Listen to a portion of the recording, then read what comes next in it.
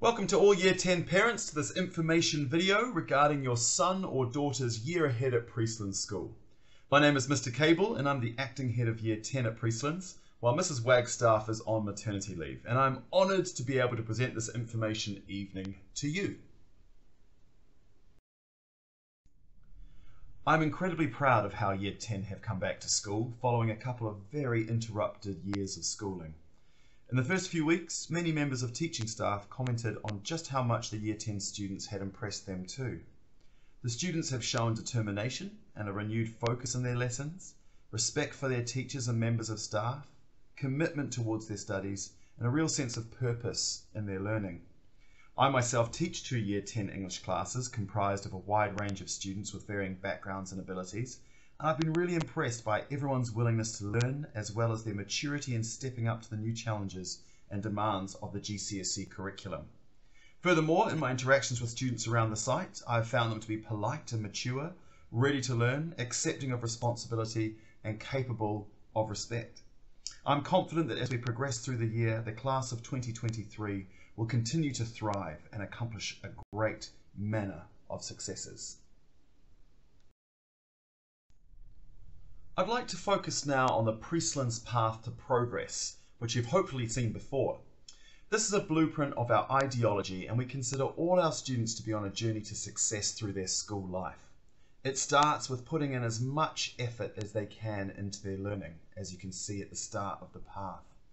They each have a personalised timetable comprised of options they have chosen themselves, based on their interests, passions, and both future study and career trajectories, taking them through post-16 pursuits into the wider world. Now, moving along the path, we also like our students to embrace challenges, of which there will be plenty across the coming 2 years, especially as we draw closer to GCSE mock exams and ultimately their GCSE final assessments. We encourage all students to persevere in the face of setbacks. I've been encouraging our year group to see any failures as feedback and to take the approach that we can fail upwards, meaning that if we can learn from moments of disappointment or mistakes rather than be crushed by them, they will become more resilient, adaptable, lifelong learners. Where there are challenges for your child, either inside or outside of education, the staff at Priestlands are on hand to help support however we can in helping your child overcome these setbacks and move beyond them into success. Off the back of this, we encourage students to seek out teacher feedback to improve their understanding of the topics covered in the subject, as well as refine their responses in order to advance and feel more confident in their abilities. All staff at Priestlands love having conversations with students who are working on insights and showing enthusiasm for the learning. It's a huge reason why we chose to become teachers, and interacting with students who are inquisitive learners and want to know how to improve is extraordinarily satisfying. Finally, at the top of the mountain, we celebrate our successes, as we know that we want to experience success and can be motivated by the achievements of others.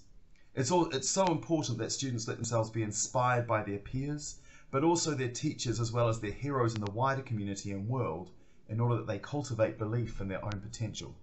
Celebrating success gives everyone permission to succeed, and we want all students to experience their own success and pride in themselves whilst they are here at Priestlands. So in light of these steps along the path of progress, I want to turn to homework.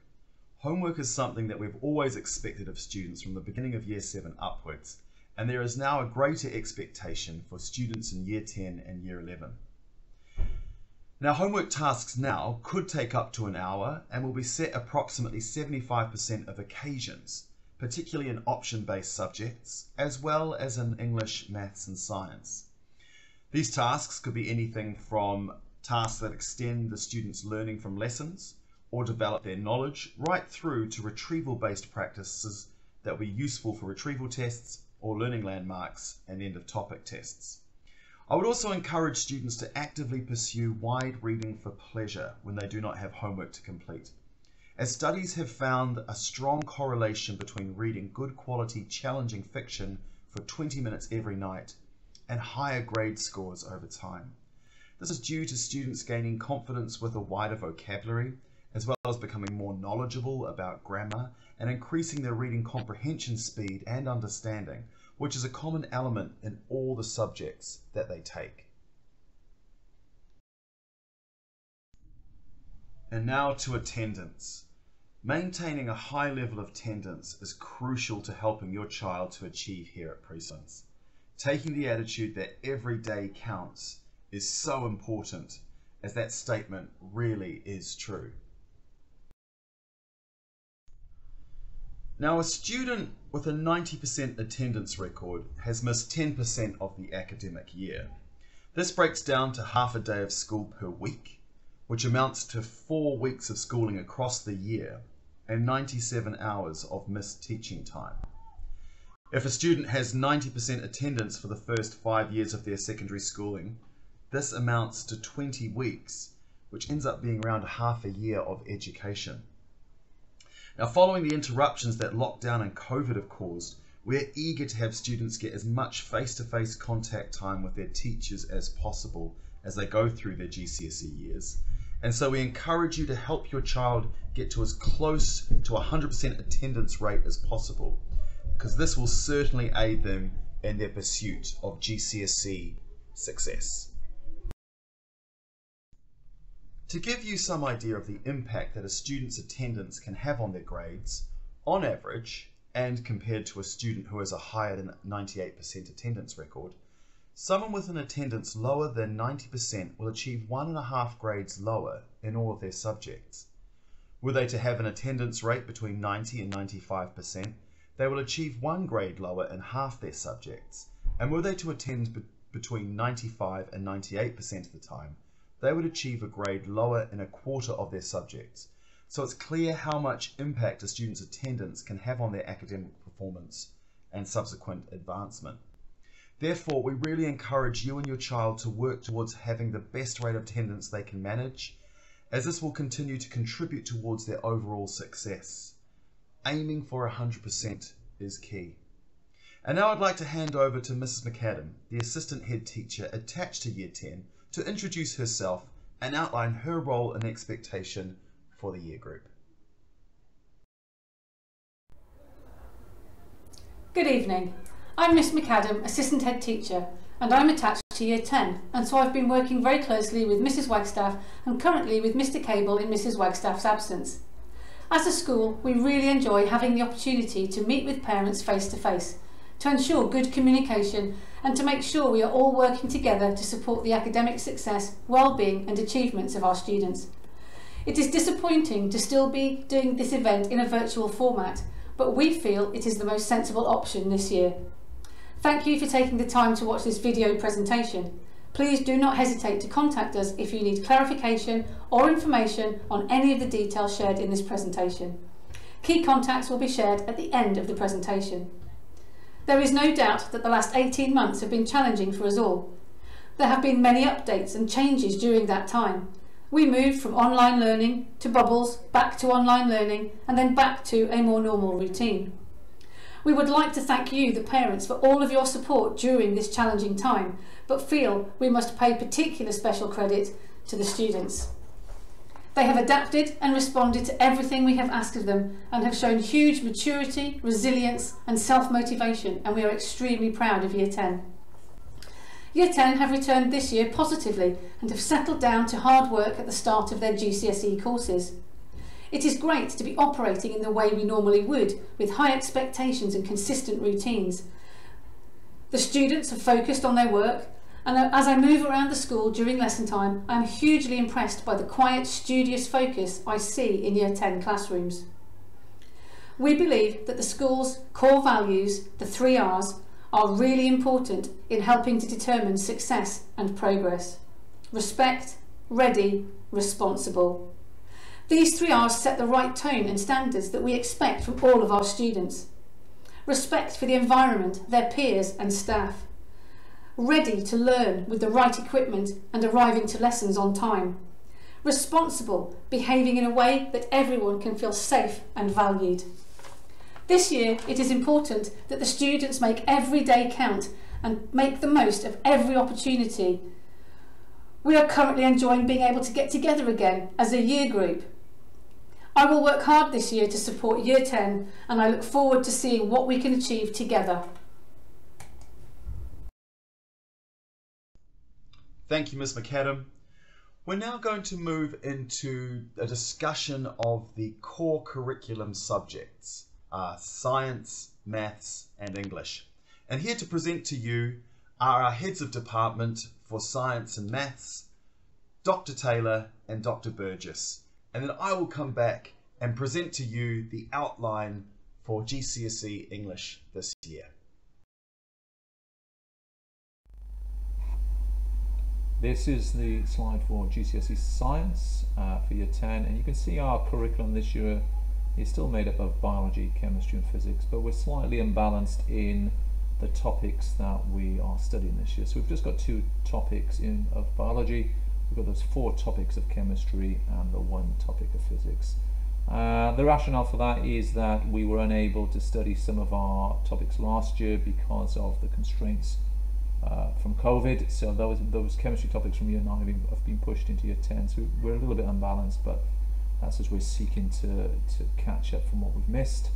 In terms of examination, we will continue our same assessments. We'll just end the unit tests and end of year exams. We'll continue as normal there, and at home it's really important that students are preparing for their weekly recall tests, maybe 3 or 4 times a week, doing a little bit of retrieval practice so they're ready for their recall tests, which is normally on the first lesson of the week.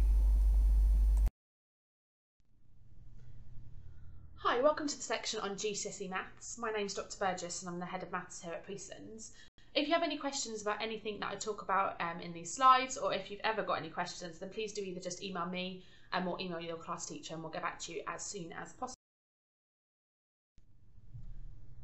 So to talk about the topics that students are covering this year, students began studying the GCSE course back at the start of Year 9. So they're now quite a way through some of the key content that they need to know.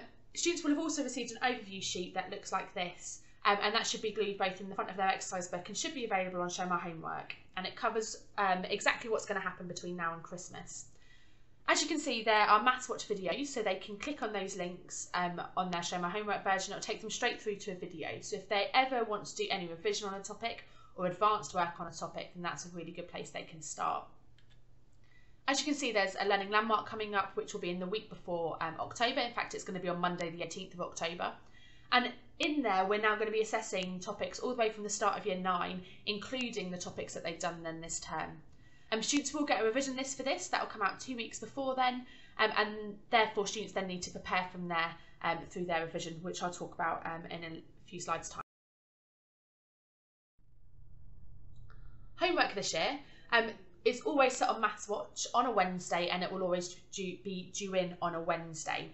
Any help you can give in supporting your students in completing that on time is really helpful. There's also a facility on Maths Watch that enables students to seek feedback from their teachers. So at the bottom of each question, they can just type in a question to their teacher and send it to them, and then they can reply to them to help them complete it. So it's really important they don't complete it on a Tuesday night, so they can get help if they need to. Set 5 students will be receiving a slightly different homework. They have a booklet of questions and they need to complete those instead and make sure that they have them with them on a Wednesday. Students have got all the instructions on how to log in, but it's exactly the same as last year for Maths Watch. So it's firstname.surname@Priestlands and the password is square. That is also on a label which is in their SRBs in case they forget. Again, this covers a variety of topics, so we're constantly trying to review everything they've learned from the start of Year 9. We appreciate that some of those topics will feel a long time ago for them, but as they're part of the GCSE, we want to make sure that they're confident with them. With all the questions, there's also a video at the bottom, in particular a 1-minute maths video.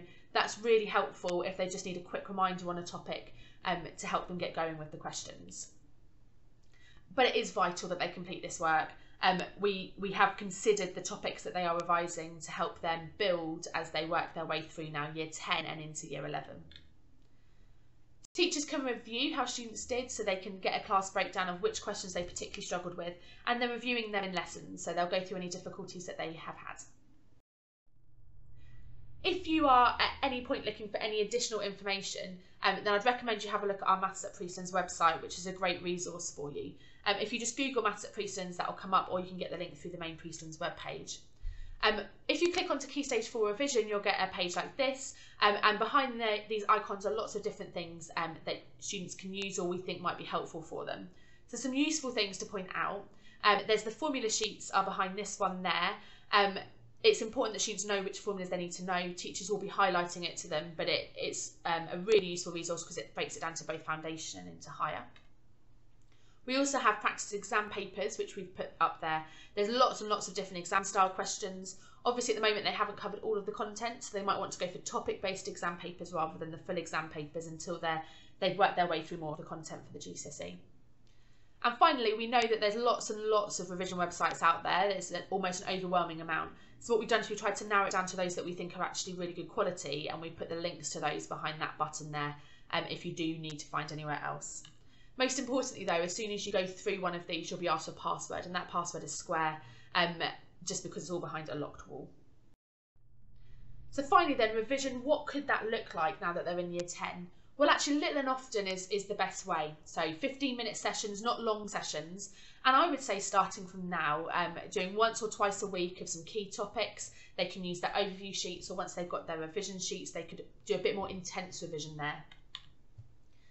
The most important part of doing revision is that they are actually doing maths. So we don't want students being passive in their revision where they're just reading through their notes or they're just reading through a revision guide. They need to actually be answering questions, and they need to be checking if they're correct or not.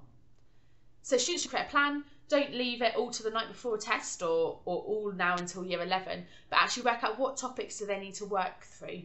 They would have received feedback at the end of year 9 from their teachers, and that will be glued into their books of exactly which topics they still need to work on from last year. Maths Watch is a great resource. Dr. Frost, if you haven't used it, is also another fantastic one, as well as Cobbett Maths. And they just mark students' work for them as well if they complete it online, especially on Maths Watch. We're also going to recommend that students buy revision guides and workbooks. In particular, we recommend these ones. Later this term, there will be the opportunity to buy them at a discounted price, and a letter will be coming home when we're doing that, hopefully just before half term. But again, if you've got any questions, don't hesitate to send me an email, and I will get back to you as soon as I can. Thank you very much.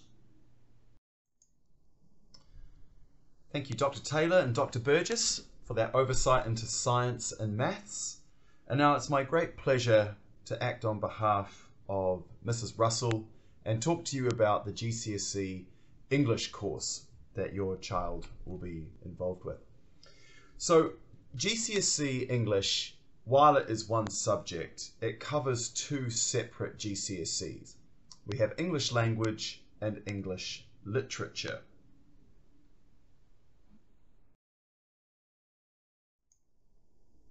So what do these two separate GCSE English subjects involve? Well, you can see here the examination format for both. You can see that English language comprises of 2 exams.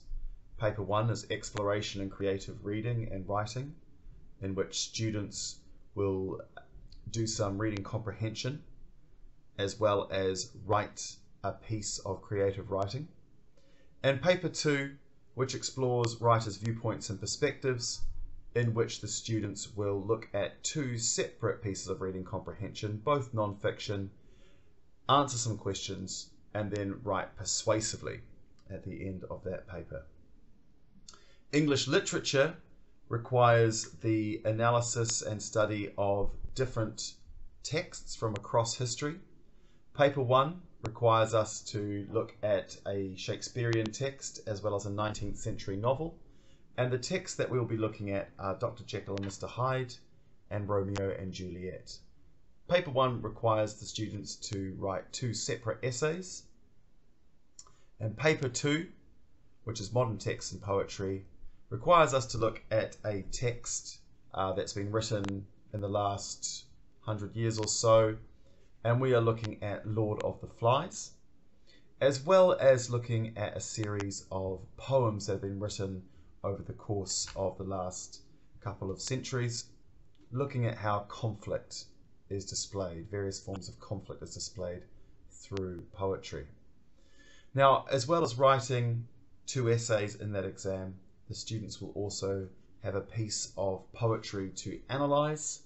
They will not have seen this piece of poetry before, but using the skills they've picked up across their study of poetry and other literature aspects, they will be able to answer some short questions on those. Now there's a further non-examination assessment, which is a spoken language study, which your son or daughter will be doing in class with their teacher at some point, probably during year 11, and more information will come out about that presently. In terms of what year 10s are focusing on, to begin with, we look at Lord of the Flies. I don't know if many of you have already studied Lord of the Flies, but I'm sure that it is a fairly known text around your community. Perhaps you've had older children that have studied it, or perhaps you yourself have studied it. So that will take us through for the next term or so. After that, we will begin looking at the poetry unit, and we will also finish up the year in the summer term by looking at Dr. Jekyll and Mr. Hyde. Romeo and Juliet, we will hold off until year 11. So there's a lot of textual analysis going on in year 10. As well as these literature studies, we will be interspersing the curriculum with what we call mini-mocks. And fortnightly, the students will sit a mini-mock, which is a small section of one of the English language exams, and it focuses the skills needed for the language papers and helps the students build up their understanding, build up their knowledge and their ability to answer those questions over the coming couple of years. We will have a test one week, followed by whole class feedback the following week, and over time the students will become very familiar with not just the format of the papers, but also what each question requires of them.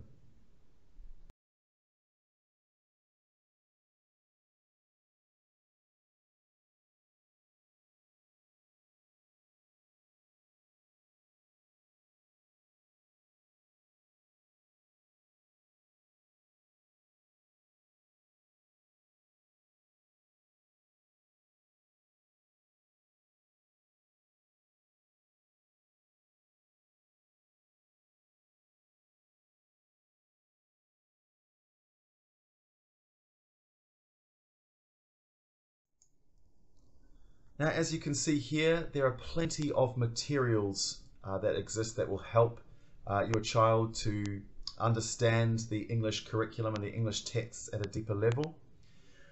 We have these CGP guides that are very, very comprehensive.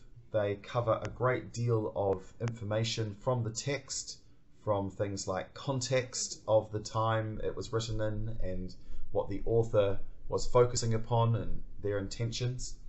We also have things like themes and setting, character notes, as well as plot points, and there are inside various tools to help students with their essays, and there's a series of practice questions as well. They are very highly recommended. They're easily accessed on Amazon for a fairly reasonable price, and they're very big and brightly coloured too. No doubt many of the students would have come across them at some point over the last couple of years. The other booklet, the other small resource that we recommend is called the Quotation Bank, and each of these are superb for developing deeper analysis of key quotations from the various texts. Both are well worth a look, both are well worth your time. I would encourage students to be looking into these, and if they've got any questions they can always ask to see a copy of these resources from their English teachers.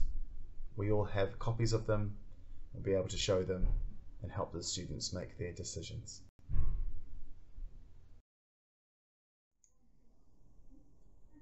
If you have any further questions that you would like to ask your son or daughter's English teacher, please feel free to send them an email. You might need to ask your son or daughter who their English teacher is, but it should be very easy to access their email addresses through our website, or you could always contact us if you would like to be put through to them.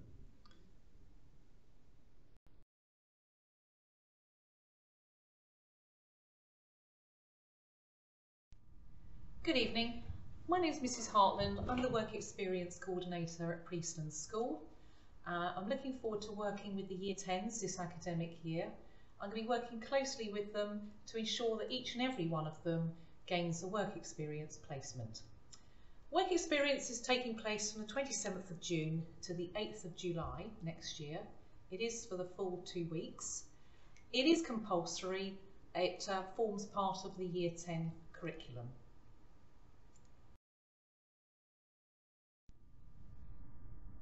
The law surrounding the working hours during work experience is different to the child employment law that applies to students when they have a little part-time job outside of school, whether it be a Saturday job or a holiday job.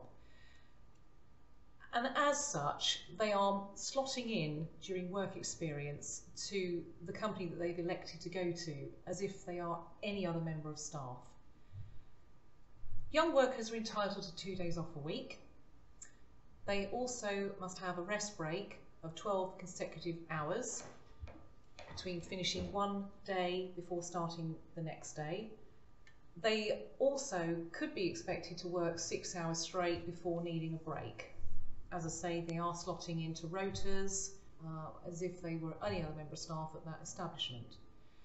They wouldn't normally be expected to work more than 8 hours a day, 40 hours a week. This would be highly unusual. It's been very rare in the past.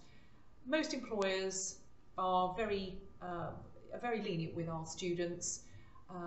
They obviously won't be necessarily working the same amount of hours in a school day, but they wouldn't be expected to work very lengthy hours during the week. Many of the employers themselves are parents, so they totally understand that obviously that would be highly unreasonable.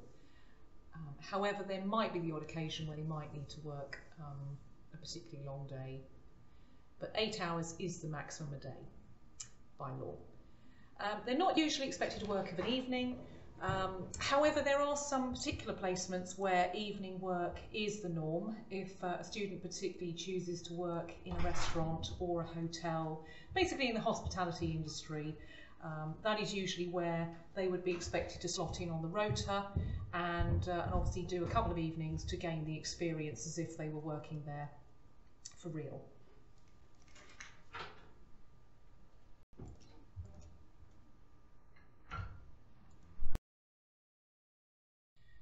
Why do work experience? Well, it really does bring a whole host of benefits to the students. It increases their knowledge and understanding of that particular environment that they've chosen to have an insight into. They will also obtain so many strengths in the 2 weeks that they're there.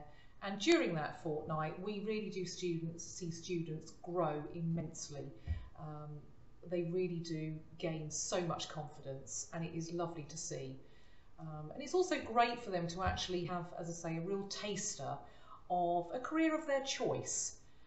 And you know, it will hopefully pave them for going forward for their career path, to know, particularly when they get into year 11, you know, what their career choices are for their chosen college or sixth form or apprenticeship. So there's a whole host of benefits of work experience, and it really is the one unique opportunity that they're going to get during their time here at Priestlands, to have a real taster in the working environment.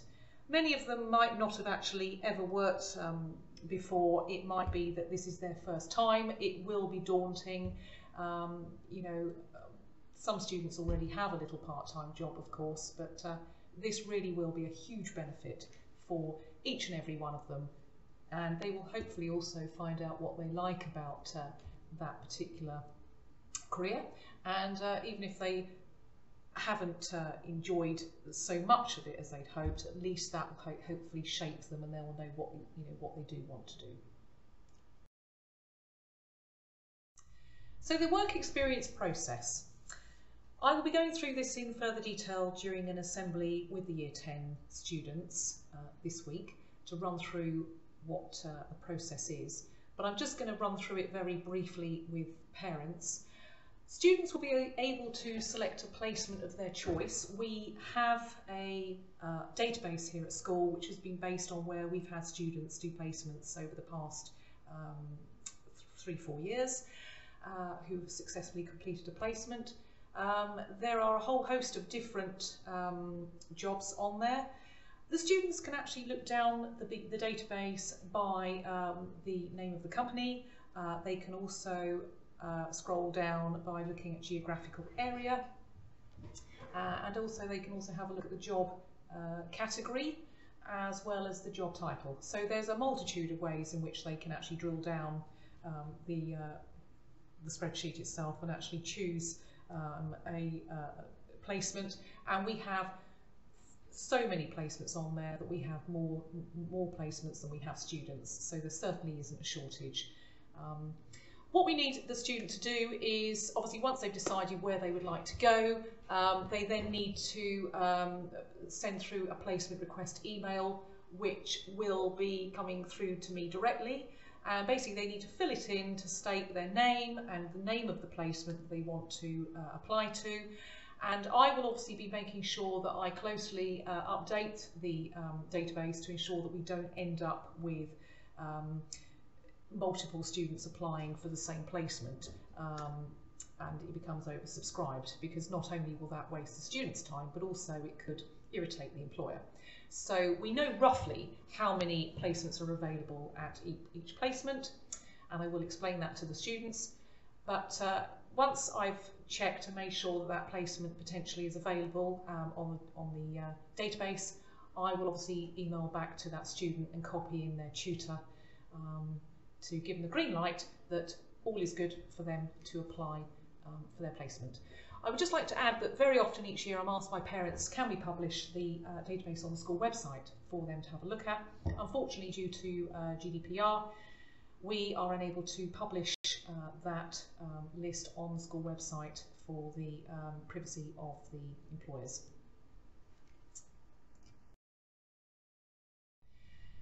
So once they've had their email back from me to confirm they've got the green light to apply for their placement, students need to complete an EBP form, which stands for Education Business Partnership. I will explain more about that shortly, and also curriculum vitae and a letter of application. Now, during their life skills lessons and careers lessons, they will have designated time to complete a CV and a letter of application and get their applications underway. They will do this in the autumn term, and it's important that they put together those pieces, because that is going to set them in good stead for when they apply for a job when they're much older for real. This is what obviously the employers are looking for, and it's important that they make a good job of those. So the employer will obviously return the EBP form back to me here at Priestlands School if they can accept the student. That's on the basis that the student has emailed their EBP form, their curriculum vitae and their letter of application to the employer. Now, most of the EBP form is for the employer to complete, which is all of the text in blue, so you don't need to worry about that. It's important that the student puts their name and their tutor group and their date of birth at the top of that form. We also need the pupil to sign the pupil consent box. Happy for them to type it, obviously, if they don't have a scanning facility at home. Also, you as parents, we need you to sign the parental consent section, which is in purple, and I will explain about that in a moment.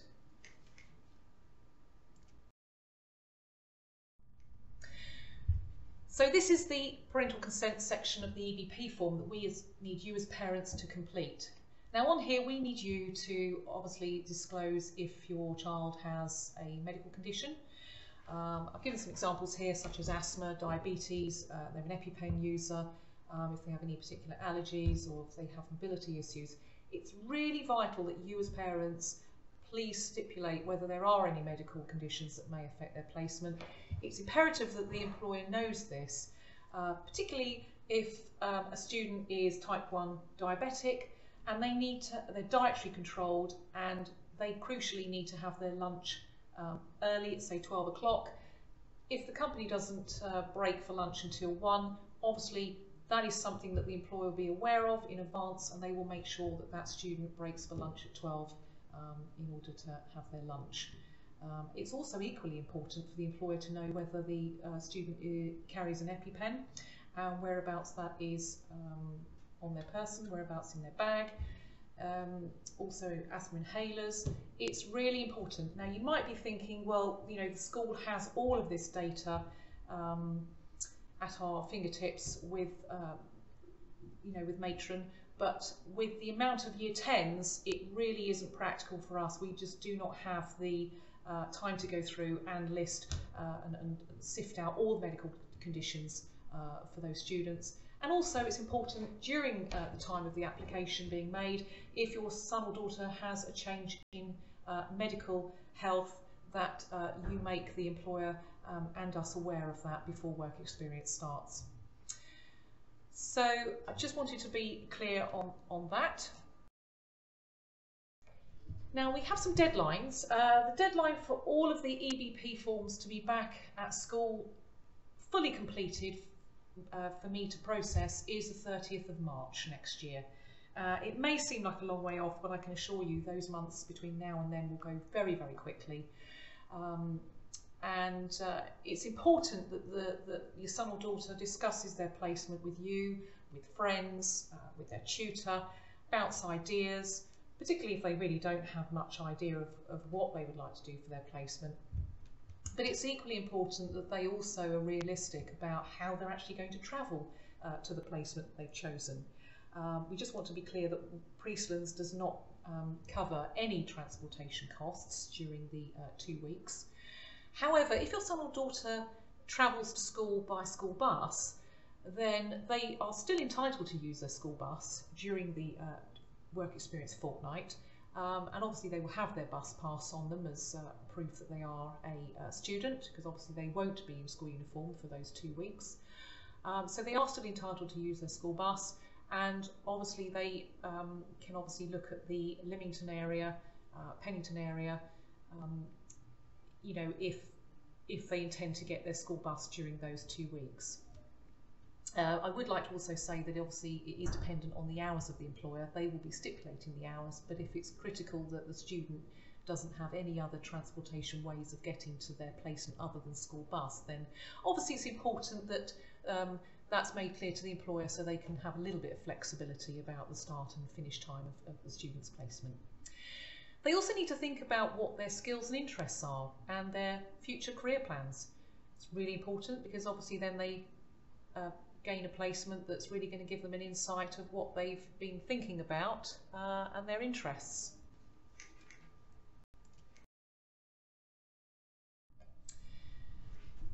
Now, during the work experience process, part of that is crucially health and safety. Absolutely paramount. It's obviously crucial that a health and safety site check is carried out before work experience starts, and also a risk assessment.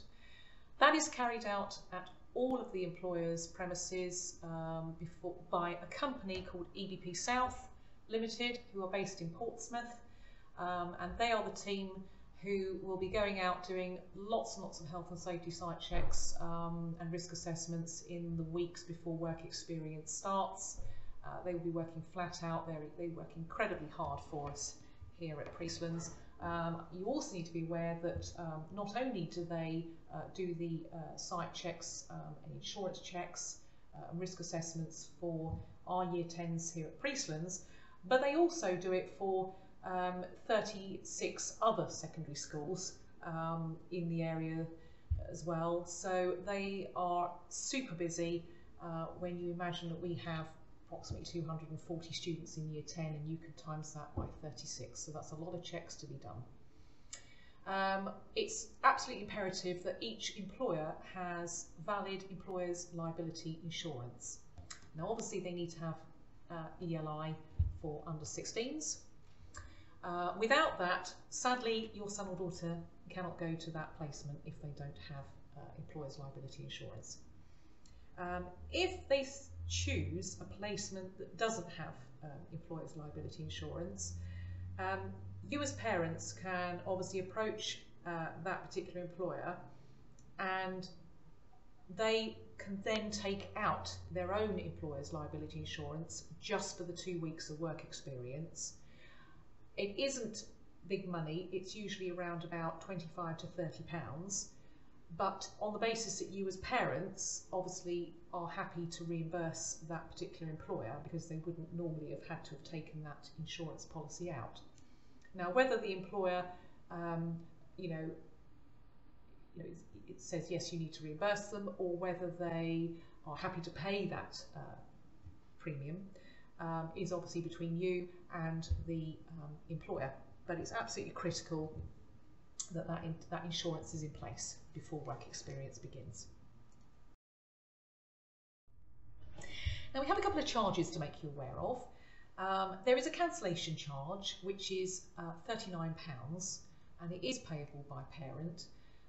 If your son or daughter were to secure a placement, say for example at John Lewis in Southampton, and the EBP form has come back being fully completed by student, by yourself as the parent, and by John Lewis, and then a couple of months further down the line your son or daughter decides, oh, actually I really wanted to go to do my work experience at the Body Shop in West Key, and they've said to me that they'll actually have me. So in which case your child has actually changed their mind, in which case there's a cancellation charge that will be obviously payable by you as the parent, because it would cover all of the admin costs and the health and safety site checks that would have been carried out on the John Lewis placement by EBP South.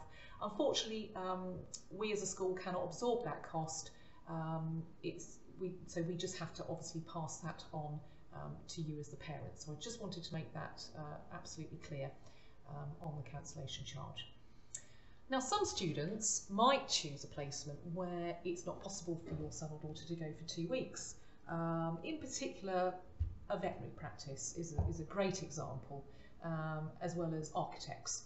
Now, those particular placements are super popular amongst students, and as such they usually only stipulate that a student can do 1 week work experience with them.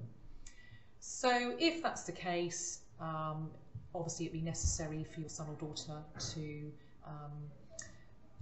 obviously look for a placement for the second week or the other week of work experience if they have a burning desire to go to that veterinary practice. But obviously you would need to be aware that if they choose to do a split placement, there is a £39 charge to you as the parent. Now obviously if they do 2 weeks at one placement, there is no charge to you, because Priestlands is very generous and will pay the will pay the placement charge of £39 for that student. But if your son or daughter has elected to do a split placement, then obviously you as the parent would need to pay for the second placement. For example, at the architects, they would advise that the student spends 1 week with them and the other week with a construction company, so that they see both sides of the fence, in which case there will be £39 payable to you as the parent. So I just want to make that clear. Some of our students have been so successful on work experience that they've actually been offered Saturday jobs and holiday jobs by some of the local employers who have been so impressed with them during their 2 weeks. Now this really is a credit to those particular individuals, but also to our school as well. It makes us incredibly proud as to how well those students have performed exceptionally well.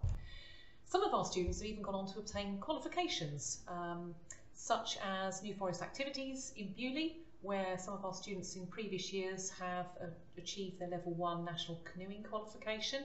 So that's a really lovely bonus to a successful work placement. We expect our students to be really resilient and independent in sourcing their placements. We also are here to help the students, but equally, you as parents, we also hope that you will also support your son or daughter in gaining a placement and in doing so obviously help support them with putting their CV together if they need it, and their covering letter. Now for some students it's going to be more of a struggle than others. Some of them will secure placements quite quickly. My advice is the sooner the student applies for their placement the better, because obviously there are a whole host of other secondary schools in the area where obviously they were all clamouring for placements at various establishments, so they are in competition with each other. So you know, it's super important that as soon as work experience is formally launched and up and running, that they get underway with making their applications, and obviously get those underway as soon as possible. Now obviously some employers aren't always going to be able to take our students for work experience for whatever reason, business constraints. It might be that they've got you know, no staff available to be around specifically for a work experience student if they've got multiple staff on holiday during those 2 weeks. Also some placements might be oversubscribed, although we can control numbers here at the school. Obviously that employer, you know, the decision lies with them at the end of the day, and they may have already accepted a student at another secondary school for their placement. So this really is going to test the student's perseverance really in securing a placement, and it really will show their resilience, and that will only shape them so positively for the future. And I'm really proud that we have such a good work experience programme here at Priestlands School, having 99% of our students out in previous years. Obviously the exception being last year with COVID, we obviously couldn't go ahead with work experience, but pre-pandemic we have had an extremely successful programme, and I'm confident that we're going to get the students out on placement next year for a great 2 weeks. It's going to be a great opportunity for them to really have that insight into that working environment, and when they come back they will have an exorbitant amount of confidence and a real sense of achievement, and that really is what this is all about. And I know that they are absolutely thrilled having completed their 2 weeks work experience. I've also completed a questions and answers document specifically for parents, and I put it together based on the typical questions that I get asked each year from parents about work experience. And I would say please do read that Q&A document, which will be accompanying this presentation and also be uploaded on the school website. It really does cover everything I can possibly think of, so if there isn't a question on there, please do get in contact with me, but I'm pretty confident that any question that you have got is on there. So please do make sure that you read the Q&A document that I've compiled for Year 10 parents. Likewise, I've also produced a Q&A document for the Year 10 students as well. I've done it really just to make it more streamlined, so that if there's any queries that they have, and I've also produced lots of resources for the students as well, particularly for those students who really don't have any idea what they want to do for work experience. It has a lot of tips in there, and I will be explaining that to the Year 10s during the assembly. Thank you very much.